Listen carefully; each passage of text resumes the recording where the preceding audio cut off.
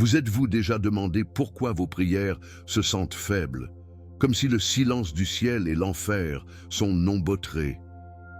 Et si je vous disais qu'il y a un mot, juste un, que lorsqu'il est parlé avec une vraie foi, ouvre les portes du ciel et fait trembler le royaume des ténèbres de peur? Et non, ce n'est pas une phrase religieuse ou un rituel ancien. C'est le nom que les anges honorent, les démons craignent et que Dieu lui-même répond. Le même nom utilisé par les apôtres pour ressusciter les morts, guérir les malades et faire taire les tempêtes. Le nom auquel Jésus-Christ vous a donné un accès complet, mais que beaucoup aujourd'hui ont oublié comment utiliser vraiment. Cette vidéo n'est pas seulement un enseignement, c'est une révélation. Parce que le mot que nous sommes sur le point d'explorer est plus que son son, c'est une arme. C'est une clé pour débloquer le surnaturel. Et une fois que vous avez appris la véritable origine, le poids biblique et l'autorité spirituelle derrière, votre vie de prière ne sera plus jamais la même.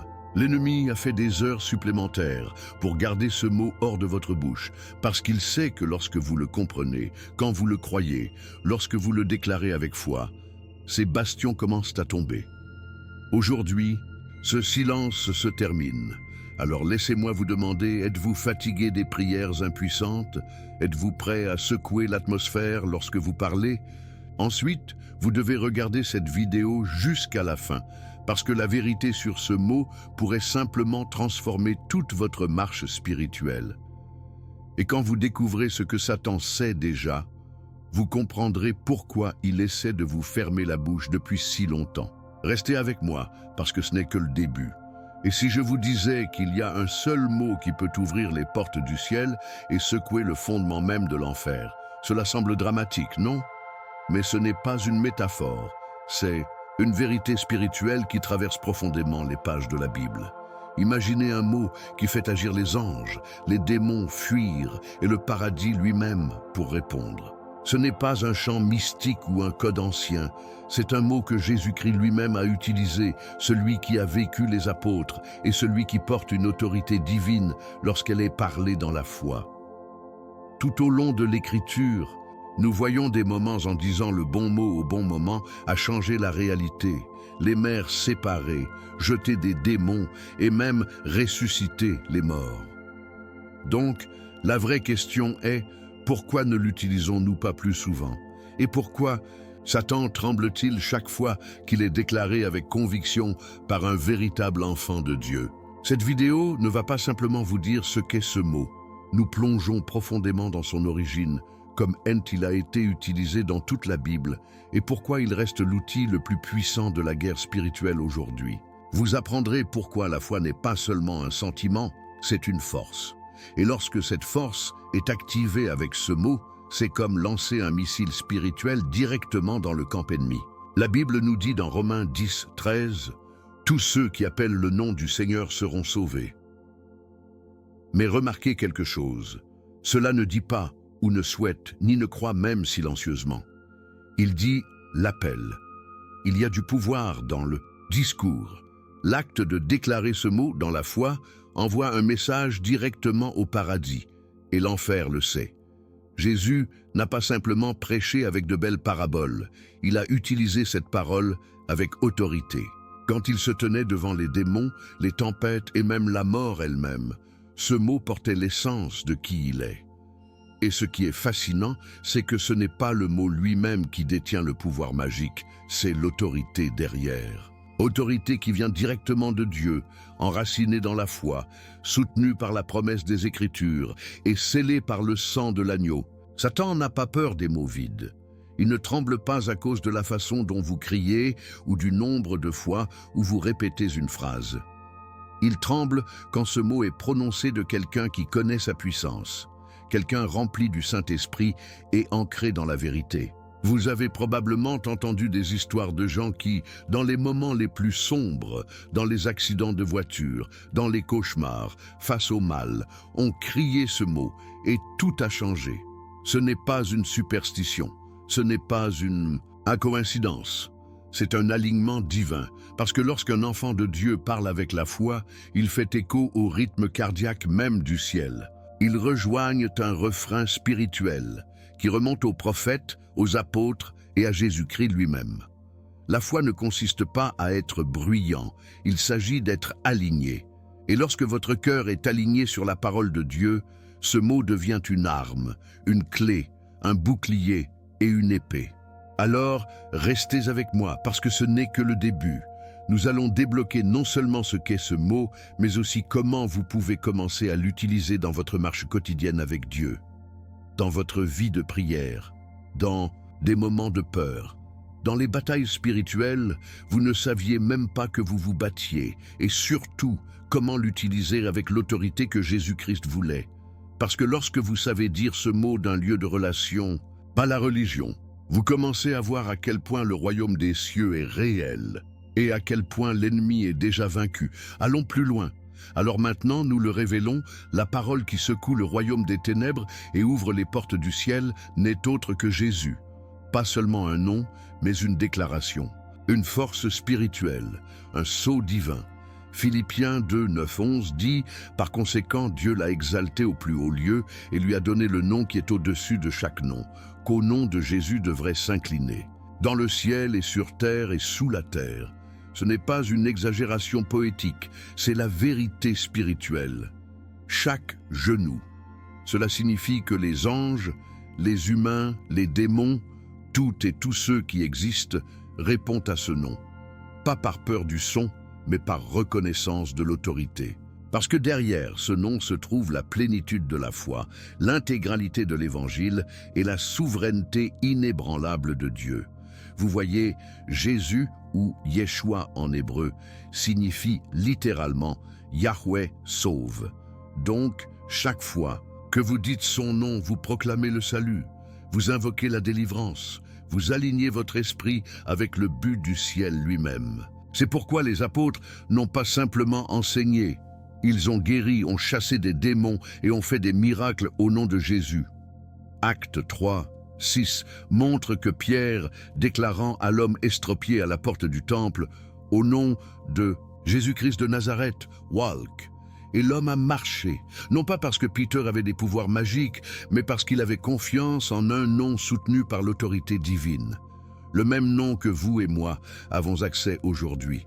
Le Taï, nom qui guérit toujours, restaure toujours, vainc toujours le mal lorsqu'il est parlé avec la foi. Et pourtant, trop de gens le traitent comme une étiquette, quelque chose que nous disons dans des chansons ou des prières sans réaliser pleinement le poids qu'il transporte. Lorsque vous dites Jésus avec conviction, vous n'appelez pas seulement un nom, vous invitez le royaume de Dieu à bouger. Vous placez votre situation, que ce soit la maladie, la peur, la confusion ou la tentation, sous la juridiction du ciel. Ce n'est pas une superstition, c'est biblique, parce que Dieu répond à ceux qui l'appellent en vérité. Jésus lui-même a dit dans Jean 14, 13, « Tout ce que vous demandez en mon nom, que je ferai. » Mais il ne s'agit pas d'utiliser son nom comme mot de passe. Il s'agit de faire confiance à celui derrière le nom. Pensez-y comme ceci. Dans le monde physique, certains noms ouvrent des portes. Vous déposez le nom d'une figure puissante et soudain, les gens écoutent. Mais dans le domaine spirituel, il n'y a qu'un seul nom qui porte une autorité absolue et incontestée, Jésus. Pas Bouddha, pas Muhammad, pas Moïse, seulement Jésus, parce qu'il était seul crucifié, enterré et ressuscité. Lui seul a conquis la mort. Lui seul a pris vos péchés et les a cloués à la croix. Et quand il s'est levé, il a porté non seulement la victoire, il portait votre nom dans son cœur. Donc, lorsque vous appelez son nom maintenant, ce n'est pas une demande lointaine, c'est une connexion personnelle, une alliance divine. C'est pourquoi la foi compte tant. Parce que le nom de Jésus n'est pas un charme, c'est une arme. Ce n'est pas une phrase, c'est un pouvoir. Et si vous vous êtes déjà demandé pourquoi certaines prières secouent la pièce et d'autres se sentent vides, il ne s'agit pas de volume, il s'agit d'alignement. Lorsque vous dites Jésus avec la pleine conscience de qui il est, l'agneau de Dieu, le lion de Juda, le roi des rois, le ciel en prend note, et l'enfer aussi. C'est pourquoi l'ennemi fait des heures supplémentaires pour garder la bouche fermée et votre cœur distrait. Mais au moment où vous vous soulevez, parlez son nom dans la foi et alignez votre esprit avec la parole de Dieu. Tout commence à changer. Avez-vous déjà remarqué comment l'ennemi ne tressaille jamais lorsque les gens parlent de spiritualité, l'univers, ou même Dieu d'une manière vague, mais au moment où quelqu'un dit hardiment le nom de Jésus, tout change. Il y a une raison à cela. Et ce n'est pas la superstition, c'est la guerre spirituelle en son cœur. Dans Marc 1, 24, un homme possédé par un démon crie à Jésus en disant « Que voulez-vous avec nous, Jésus de Nazareth? Êtes-vous venu nous détruire ?» Ce n'était pas une question polie, c'était une réaction de pure terreur. Pourquoi? Parce que même les démons connaissent le pouvoir et l'autorité enveloppés dans ce nom. Lorsqu'il est parlé avec foi, le nom de Jésus rappelle le royaume des ténèbres d'une bataille qu'ils ont déjà perdue et un sauveur qu'ils ne pouvaient pas s'arrêter. Satan ne craint pas la fréquentation de l'Église ou les routines religieuses. Il n'est pas secoué par les rituels, les cérémonies ou même votre connaissance de la théologie. Ce qui le terrifie, c'est quand quelqu'un avec une vraie foi remplie du Saint-Esprit parle le nom de Jésus comme un soldat brandissant une épée. C'est à ce moment-là que les chaînes commencent à se casser. C'est à ce moment que les mensonges sont exposés. C'est à ce moment que les plans de l'enfer commencent à s'effilocher. Parce que ce nom représente tout ce que Satan a essayé et a échoué à détruire. C'est une déclaration de la victoire du Christ sur le péché, la mort et la tombe. Colossiens 2,15 dit que Jésus a désarmé les pouvoirs et les autorités, les triomphant par la croix. Chaque fois que vous dites son nom dans la foi, vous rappelez à l'ennemi cette défaite. Et soyons honnêtes, la plus grande peur de l'ennemi est que vous réalisiez à quel point votre voix devient puissante lorsque vous parlez le nom de Jésus en alignement avec la parole de Dieu. C'est pourquoi il travaille si dur pour vous garder le silence, pour vous faire sentir honte, distrait ou spirituellement engourdi. Il chuchotera les mensonges comme « vous n'êtes pas assez saint » ou « Dieu n'écoute pas », juste pour vous empêcher de dire ce nom à haute voix. Parce que quand vous le faites, c'est comme si une bombe se déclenchait dans l'esprit. Ce n'est pas seulement un son, c'est un coup surnaturel pour ces bastions. Lorsque la peur frappe et que vous murmurez « Jésus », vous ne priez pas seulement, vous libérez l'autorité divine. Ce n'est pas un battage médiatique religieux, c'est une vraie foi biblique. Pensez à la dernière fois que vous avez fait face à une attaque spirituelle. Anxiété, tentation, peur, confusion. Peut-être que vous avez tout essayé, citant des vers, appelé des amis, resté occupé. Mais rien ne s'est déplacé jusqu'à ce que vous soyez seul, vous êtes à genoux et que vous avez simplement dit « Jésus ». Peut-être que vous n'aviez même pas la force de prier une longue prière. Peut-être que tout ce que vous pouviez dire était son nom, et c'était suffisant. Parce que le pouvoir n'est pas dans combien vous dites, mais qui vous appelez. La Bible dit dans Jacques 4, 7, « Résistez au diable et il vous fuira ». Mais cette résistance ne fonctionne que lorsqu'elle est enracinée dans la soumission à Dieu, et cette soumission est ancrée en Jésus-Christ. Donc, si vous vous demandez pourquoi les choses commencent à devenir plus difficiles à chaque fois que vous essayez de vous rapprocher de Dieu, ou pourquoi la pression spirituelle augmente lorsque vous grandissez dans la foi, maintenant vous savez, l'ennemi n'est pas menacé par la religion, il est menacé par la révélation. Et rien ne porte plus de révélation que le nom de Jésus parlé avec l'autorité. Il expose ses mensonges, brise son emprise et fait taire ses accusations. Alors n'ayez pas peur de le dire. Dites-le dans votre chambre, dites-le dans la tempête. Dites-le quand vous êtes faible, quand vous avez peur, lorsque vous êtes hors de mots. Parce que lorsque vous le faites, vous ne parlez pas seulement, vous déclarez la guerre. Alors, maintenant que vous connaissez le pouvoir au nom de Jésus, comment l'utilisez-vous exactement dans la bataille spirituelle? Parce que voici la vérité, de nombreux croyants connaissent le nom, mais peu savent comment le manier.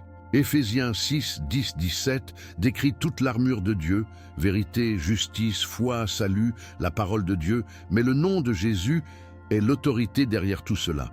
C'est comme avoir une arme, mais aussi savoir exactement où frapper. Utilisez Son nom ne concerne pas les déclarations bruyantes ou le battage médiatique émotionnel. C'est une question d'alignement. Il s'agit de rester ferme dans votre foi, sachant que lorsque vous parlez ce nom, tout le paradis vous soutient. Vous n'espérez pas seulement vous appliquer la loi spirituelle, décomposons-le. Dites que vous vous réveillez au milieu de la nuit d'un rêve lourd et sombre, une attaque spirituelle. Vous vous sentez paralysé, effrayé, quelque chose d'oppressif est dans la pièce. Ce n'est pas le moment de Google Bible Verse, ce n'est pas le moment pour une longue analyse théologique. C'est le moment de parler avec la foi et le feu. Au nom de Jésus, partez et regardez ce qui se passe. Cette présence doit aller, pas à cause de votre voix, mais à cause de la sienne. Ou peut-être que la peur vous saisit avant une grande décision ou une crise de santé. Au lieu de spirale dans l'anxiété, vous pouvez dire « Jésus, tu es ma paix, tu es ma couverture, je te fais confiance ». Ce ne sont pas des mots magiques, ce sont des déclarations d'alignement spirituel. C'est à quoi ressemble la foi en action. L'ennemi n'attend pas dimanche pour attaquer, vous ne pouvez donc pas attendre que dimanche se riposte. La guerre spirituelle se produit au travail, dans la circulation, à la maison, même dans vos propres pensées. C'est pourquoi vous devez être prêt à tout moment pour utiliser le nom de Jésus avec discernement et relation. Ne criez pas simplement parce que vous avez peur, parlez-le parce que vous le connaissez, parce que vous avez passé du temps dans sa parole, adoré quand personne ne regardait et que vous marchiez avec lui dans l'endroit secret. C'est à ce moment-là que son nom s'écoule de vos lèvres comme une épée aiguisée par la foi. Comme quand Jésus a calmé la tempête dans Marc 4,39. Il n'a pas paniqué, il a parlé. Paix, soyez immobile. Et la nature obéissait. Commencez petit si vous le devez. Lorsque vous ressentez une pensée négative en hausse, murmure son nom. Lorsque vous êtes tenté, appelez-le à haute voix. Jésus, aidez-moi. Quand quelqu'un est malade, ne dites pas simplement « J'espère que vous vous sentez mieux ». Posez les mains et dites « Au nom de Jésus, soyez guéris ». Faites-le hardiment mais humblement. Vous n'êtes pas le guérisseur, il l'est, mais il vous a donné le pouvoir de parler en son nom. Luc 10, 19. Et chaque fois que vous le faites avec la foi, vous frappez les trous dans le royaume ennemi. Vous ne réagissez pas seulement à l'obscurité, vous brisez une lumière qui ne peut pas être éteinte. Vous entrez dans l'identité que Jésus a payée, un guerrier vêtu de grâce, couvert de sang et rempli de pouvoir. La chose la plus puissante à propos de ce nom n'est pas seulement ce qu'elle peut faire pour vous, c'est ce qu'elle peut faire à travers vous. Dieu ne vous a pas appelé à être un spectateur dans votre propre vie. Il vous a appelé à être un navire, quelqu'un qui porte le ciel en terre. Et chaque fois que vous dites « Jésus », dans un moment de faiblesse, d'adoration ou de guerre, vous apportez la réalité de son royaume dans votre monde. Vous vous tenez sur les Écritures, pas seulement sur l'émotion. Et vous devenez quelqu'un que Satan craint, non pas parce que vous êtes fort, mais parce que celui en vous est plus fort que tout dans ce monde. 1 Jean 4, 4. Continuons. Voici une dure vérité que la plupart des gens ne veulent pas admettre. Vous pouvez dire le nom de Jésus et rien ne se passe. Non pas parce que le nom a perdu son pouvoir, mais parce que le cœur derrière lui est déconnecté. La Bible nous donne un exemple qui donne à réfléchir dans Actes 19, 13, 16.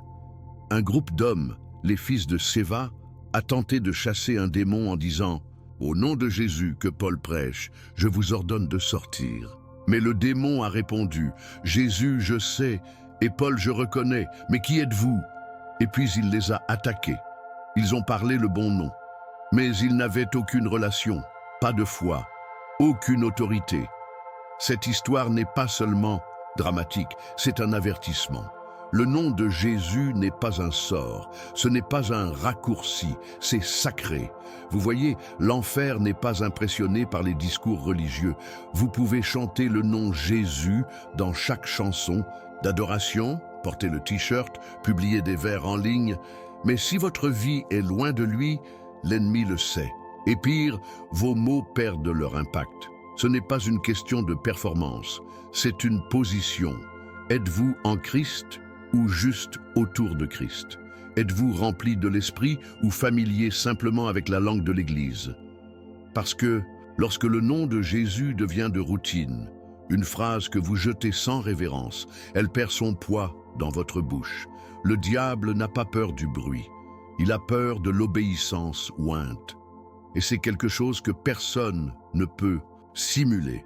Pensez-y comme ceci. Un badge de police ne supporte du poids que s'il est soutenu par une véritable autorité. Si une personne aléatoire clignote un faux badge, personne n'écoute. Mais lorsqu'un véritable officier se présente, leur présence change l'atmosphère. C'est ainsi que fonctionne le monde spirituel. Lorsque vous parlez le nom de Jésus, qu'est-ce qui vous soutient? Est-ce l'autorité du ciel? Ou tout simplement des mots vides vêtus de vêtements d'église? Beaucoup de gens prient au nom de Jésus à la fin de chaque prière, mais croient-ils réellement qu'il écoute? Vivent-ils comme s'il était seigneur? Parce qu'utiliser son nom sans foi, c'est comme balancer une épée sans lame. Cela a l'air dramatique, mais c'est impuissant. C'est pourquoi l'ennemi se moque de l'hypocrisie religieuse, mais tremble à l'obéissance tranquille. Vous n'avez pas à crier pour secouer l'enfer. Un murmure de quelqu'un qui marche avec Dieu est plus dangereux qu'un sermon de quelqu'un qui ne le fait pas. Alors, avant d'utiliser le nom de Jésus, demandez-vous, suis-je remis à lui? Est-ce que je marche dans la foi, le repentir et la vérité? Parce que lorsque vous l'êtes, chaque fois que vous dites Jésus, les démons le reconnaissent. Ils se souviennent de la voix derrière ce nom, celui qui a écrasé la tête du serpent. Et lorsque vous le parlez avec révérence et relation, cette même autorité vous traverse. Ne laissez pas le nom devenir vide. Ne laissez pas cela devenir une autre phrase religieuse que vous dites sans signification. Le nom de Jésus est un trésor, pas une tendance. C'est sacré, pas décontracté. C'est personnel, pas performatif. Et quand vous le connaissez vraiment, pas seulement à son sujet, ce nom devient votre bouclier de sauvetage, votre bouclier, votre arme, votre confort. Alors gardez votre cœur pur, votre foi forte et votre relation vivante. Parce que lorsque le nom est parlé d'une âme remise, le ciel écoute et l'enfer court. Alors, maintenant que vous connaissez le pouvoir derrière le nom de Jésus, dites-moi, à quand remonte la dernière fois que vous avez appelé son nom et que tout vous a senti tout changer? Déposez votre réponse dans les commentaires. Votre témoignage pourrait simplement enflammer la foi de quelqu'un d'autre. Et si ce message parlait à votre esprit, ne le gardez pas pour vous. Appuyez sur le bouton like, abonnez-vous à la chaîne et activez les notifications afin de ne pas manquer le mot suivant que Dieu a pour vous. Ce n'est que le début d'un voyage qui va prendre votre foi plus profonde que jamais. Et si vous êtes prêt à aller encore plus loin, assurez-vous de consulter la prochaine vidéo qui est sur le point d'apparaître sur votre écran. Parce que la révélation que Dieu a pour vous là-bas est encore plus puissant que ce que vous venez de voir. Merci d'avoir regardé. Je suis Marco et je te verrai dans le prochain. Restez fort dans la foi, restez enracinés dans la parole et n'arrêtez jamais d'appeler le nom qui change tout, Jésus.